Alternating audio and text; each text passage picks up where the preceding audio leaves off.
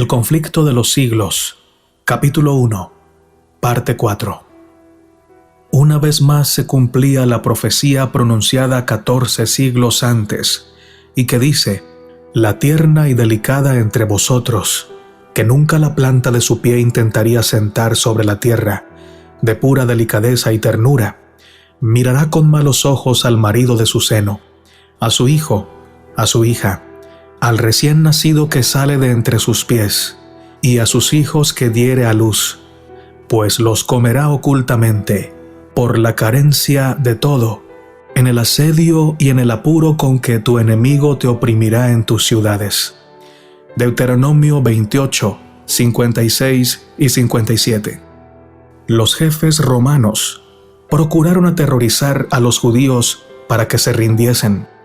A los que eran apresados resistiendo, los azotaban, los atormentaban y los crucificaban frente a los muros de la ciudad.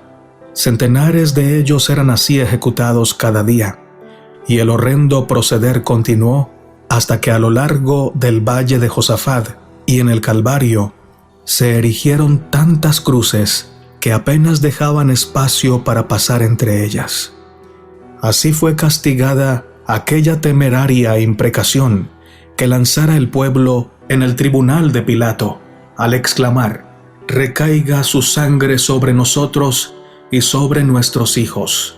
Mateo 27, 25. De buen grado hubiera Tito hecho cesar tan terribles escenas y ahorrado a Jerusalén la plena medida de su condenación. Le horrorizaba ver los montones de cadáveres en los valles. Como obsesionado, miraba desde lo alto del monte de los Olivos el magnífico templo y dio la orden de que no se tocara una sola de sus piedras. Antes de hacer la tentativa de apoderarse de esa fortaleza, dirigió un fervoroso llamamiento a los jefes judíos para que no le obligasen a profanar con sangre el lugar sagrado. Si querían salir a pelear en cualquier otro sitio, ningún romano violaría la santidad del templo. Josefo mismo, en elocuentísimo discurso, les rogó que se entregasen para salvarse a sí mismos, a su ciudad y su lugar de culto. Pero respondieron a sus palabras con maldiciones y arrojaron dardos a su último mediador humano mientras alegaba con ellos.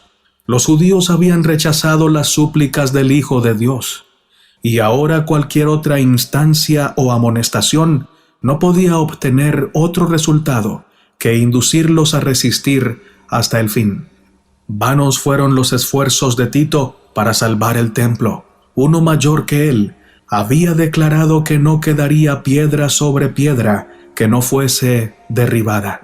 La ciega obstinación de los jefes judíos y los odiosos crímenes perpetrados en el interior de la ciudad sitiada excitaron el horror y la indignación de los romanos, y finalmente Tito dispuso tomar el templo de asalto. Resolvió, sin embargo, que si era posible, evitaría su destrucción, pero sus órdenes no fueron obedecidas. A la noche, cuando se había retirado a su tienda para descansar, los judíos hicieron una salida desde el templo y atacaron a los soldados que estaban afuera.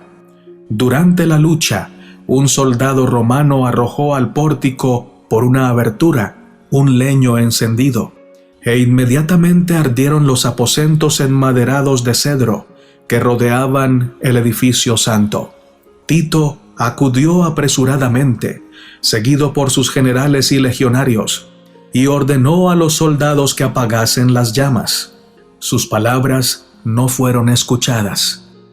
Furiosos, los soldados arrojaban teas encendidas en las cámaras contiguas del templo, y con sus espadas degollaron a gran número de los que habían buscado refugio allí.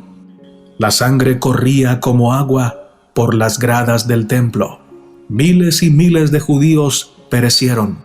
Por sobre el ruido de la batalla se oían voces que gritaban: ¡Icabod! ¡La gloria se ha ido!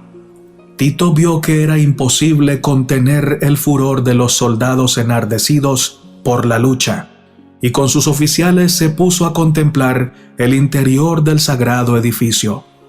Su esplendor los dejó maravillados, y como él notase que el fuego no había llegado aún al lugar santo, hizo un postrer esfuerzo para salvarlo, saliendo precipitadamente y exhortando con energía a los soldados para que se empeñasen en contener la propagación del incendio. El centurión Liberalis hizo cuanto pudo con su insignia de mando para conseguir la obediencia de los soldados, pero ni siquiera el respeto al emperador bastaba ya para apaciguar la furia de la soldadesca contra los judíos y su ansia insaciable de saqueo. Todo lo que los soldados veían en torno suyo estaba revestido de oro y resplandecía a la luz de las siniestras llamas, lo cual les inducía a suponer que habría en el santuario tesoros de incalculable valor. Un soldado romano, sin ser visto, arrojó una tea encendida entre los goznes de la puerta, y en breves instantes todo el edificio era presa de las llamas. Los oficiales se vieron obligados a retroceder ante el fuego y el humo que los cegaba, y el noble edificio quedó entregado a su fatal destino. Aquel espectáculo llenaba de espanto a los romanos. ¿Qué sería para los judíos? Toda la cumbre del monte que dominaba la ciudad despedía fulgores como el cráter de un volcán en plena actividad. Los edificios iban cayendo a tierra uno tras otro, en medio de un estrépito tremendo, y desaparecían en el abismo ardiente. Las techumbres de cedro eran como sábanas de fuego. Los dorados capiteles de las columnas relucían como espigas de luz rojiza, y los terrones inflamados despedían espesas columnas de humo y lenguas de fuego. Las colinas vecinas estaban iluminadas y dejaban ver grupos de gentes que se agolpaban por todas partes, siguiendo con la vista, en medio de la horrible inquietud, el avance de la obra destructora. Los muros y las alturas de la ciudad estaban llenos de curiosos que ansiosos contemplaban la escena, algunos con rostros pálidos por hallarse presa de la más atroz desesperación, otros encendidos por la ira al ver su impotencia para vengarse. El tumulto de las legiones romanas, que desbandadas corrían de acá para allá, y los agudos lamentos de los infelices judíos que morían entre las llamas, se mezclaban con el chisporreteo del incendio y con el estrépito de los derrumbes. En los montes repercutían los gritos de espanto y los ayes de la gente que se hallaba en las alturas. A lo largo de los muros se oían gritos y gemidos, y aún los que morían de hambre hacían un supremo esfuerzo para lanzar un lamento de angustia y desesperación. Dentro de los muros, la carnicería era aún más horrorosa que el cuadro que se contemplaba desde afuera. Hombres y mujeres, jóvenes y viejos, soldados y sacerdotes, los que peleaban y los que pedían misericordia, todos eran degollados en desordenada matanza. Superó el número de los asesinados al de los asesinos. Para seguir matando, los legionarios tenían que pisar sobre montones de cadáveres. Destruido el templo, no tardó la ciudad entera en caer en poder de los romanos. Los caudillos judíos abandonaron las torres que consideraban inexpugnables, y Tito las encontró vacías.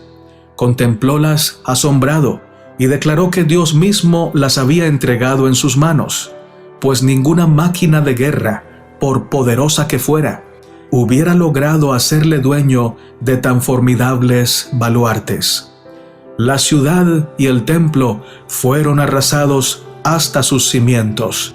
El solar sobre el cual se levantara el santuario fue arado como campo. Jeremías 26, 18.